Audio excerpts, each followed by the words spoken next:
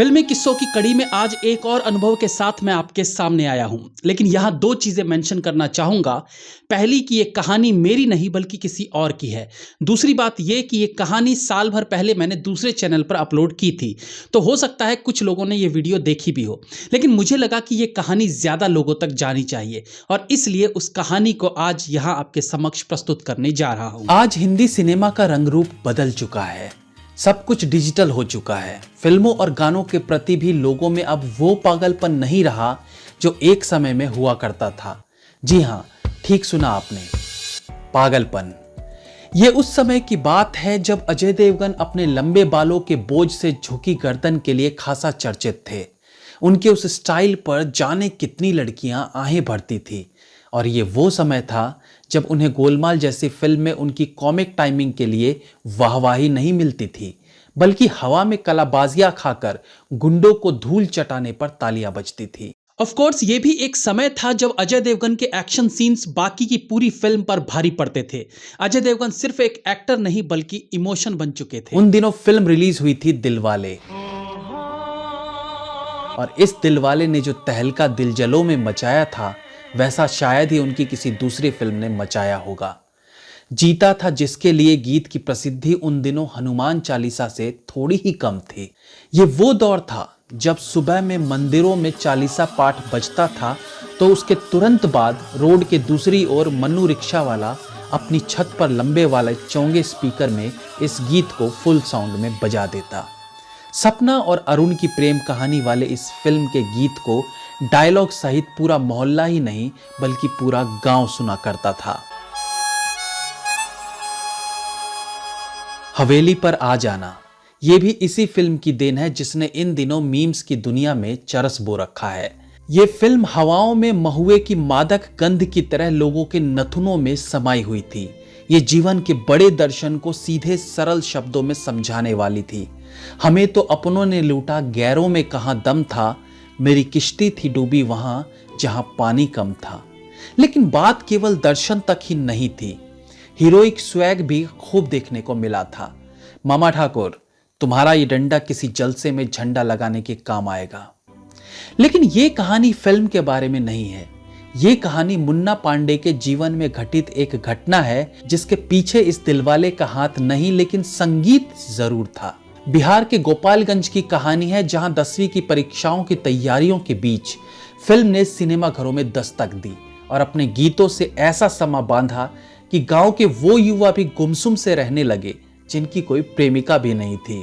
अव्वल तो मुन्ना और उनके जैसे लोगों के जीवन में बसंत हो या भादो, हर मौसम जेठ ही था जो किसी सपना की आस में बंजर हुए जा रहा था। और ऐसे बंजर जीवन में फिल्म के गीतों ने अदृश्य नमी छिड़क कर हरियाली पैदा कर दी थी। बिना किसी प्रेमिका के भी अजय देवगन का दुख अपना निजी दुख लगने लगा था। इनका मन करता कि काश कोई तो होती जिसको भरी बज़्म में कह देते, मौका मिलेगा तो हम बता देंगे तुम्हें कितना प्यार करते हैं सनम।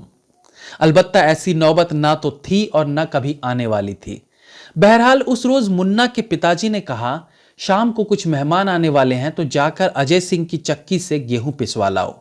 तेज नारायण के किराने स्टोर से 1 लीटर सरसों तेल भी ले लेना। पिताजी के दोपहर में दिए गए आदेश 2 आइटम तक सीमित नहीं थे, बल्कि साथ में पौन दर्जन सामान की लिस्ट और थी जो उनकी माताजी ने अलग से लिखकर हाथ में पकड़ा दिया था। काम ज्यादा था तो साइकिल उठाते ही मुन्ना बाबू दंदनाते हुए चक्की की तरफ निकल पड़े।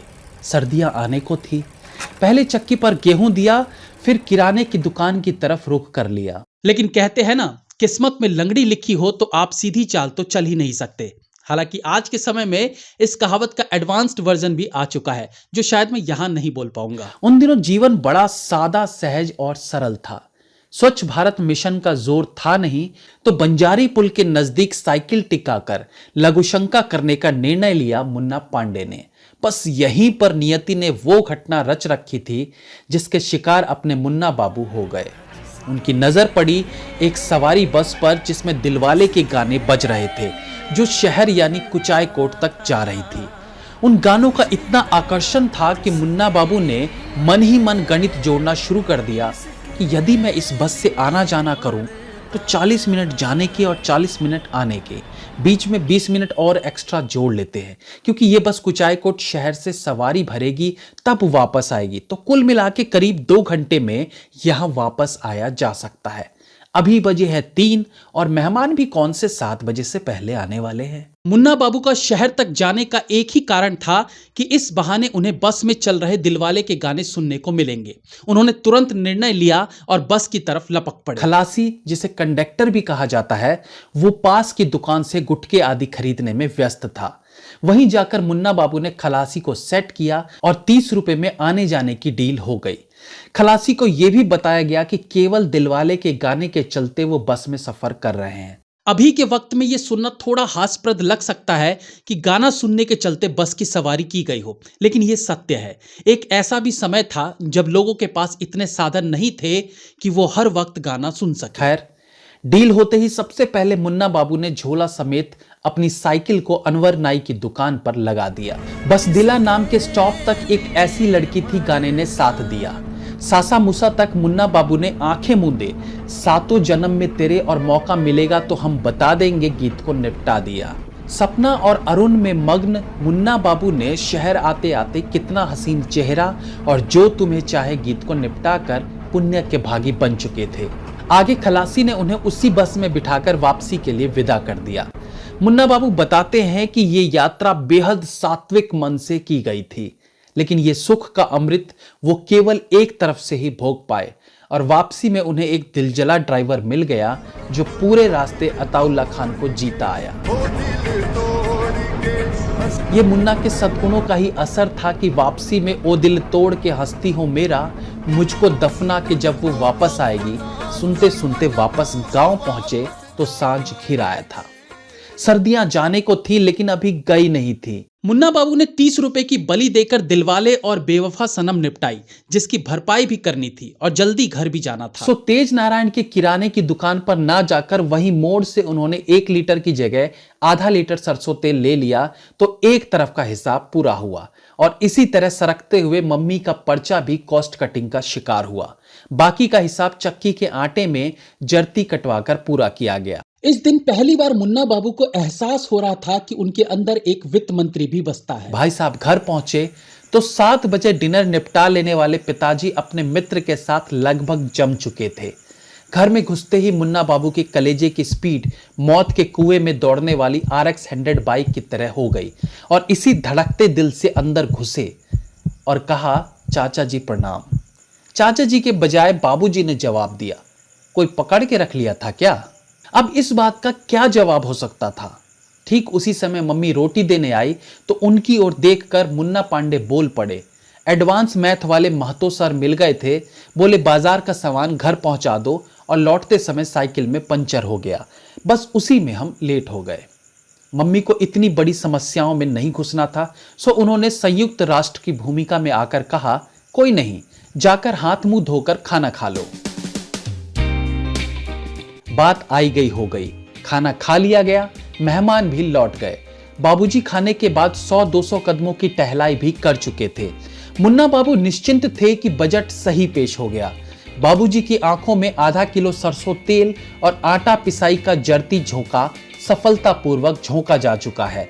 पर वो भजन है ना, सुख दुख दोनों रहते जिसमें जीवन है वही गांव, कभी तो कभी छाँव, वो सच ही लिखा गया है। मुन्ना बाबू पसरने की तैयारी में ही थे कि छोटी बहन ने संवाद दिया, बाबूजी बुला रहे हैं। बाबूजी इस समय? खैर मुन्ना आंगन में पहुंचे तो बाबूजी ने धीरे से पूछा, लेट काहे हुआ? पंचर से? आपको हम बताते हैं पंचर काहे हुआ। मन के बने वित्त मंत्री का झोला बाहर आ गिरा था। अब कुछ बाकी ना रहा, माएं भी पत्थर दिल होती हैं उस रोज पता चला, जबकि सोनू निगमवा माँ का दिल गा गा कर बिठा चुका था कि इससे बढ़ के कोई नहीं। माँ का दिल। इधर दिमाग दौड़ा ही रहे थे कि इतने में मच्छरदानी से डंडा पीठ पर चित्रकारी बना चुका था। किसी पिटाई में कमेंट्री बाहर से भी होती है, ये बात उस दिन पता चली जब माँ कह रही थी, अब ही ई हाल बात ता आगे चल के ता डाका डाली लइका। लेकिन दिलवाले और बेवफा सनम की कीमत इतने से नहीं चुकाई जानी थी। पिताजी ने अचानक से एक अजीबोगरीब फरमान जारी कर दिया, स्वेटर और शर्ट उतारो। आदेश का पालन मुन्ना के चौंकने के दौरान ही हुआ। तब तक दूसरी अधिसूचना जारी हो गई, बनियान भी।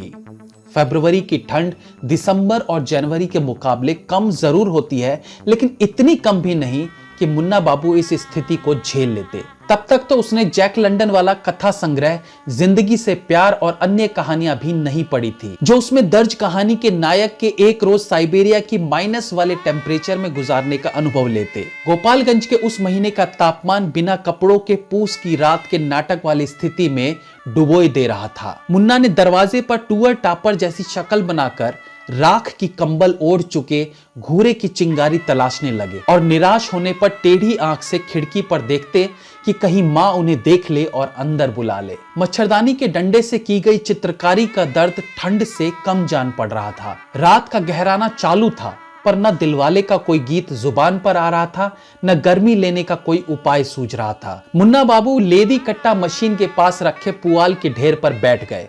खैर, घंटे भर बाद मां की ममता जागी और अश्विन पूस होने से बच गया। मुन्ना कहता, ससुरा अजय देवगन कहियो भेटा जाए ना, तब बताएंगे कि बेटा देवगन अकेले तुम ही नहीं है जिसने इश्क में जेल काटी थी, या अकेले तुम नहीं जिसे पागलपन का दौरा पड़ा था। इस धरती पर कुछ और भी दिलवाले थे जिनकी अपनी एक दुनिया थी और अज्ञात नायिकाओं के सपने थे। देवगन मियां, होंगे तेरे बड़े चाहने वाले आशिक, ऐसा कहा। दिलवाले दरअसल मुन्ना जैसे दिलवालों की ही कहानी है। आपकी लाइफ में भी ऐसा कुछ घटा हो या इस कहानी से कहीं आप भी रिलेट कर रहे हो तो हमें कमेंट में जरूर बताइएगा। That's all for today friends, be safe, have fun. मिलते हैं अगली बार फिर किसी नए एपिसोड के साथ। तब तक के लिए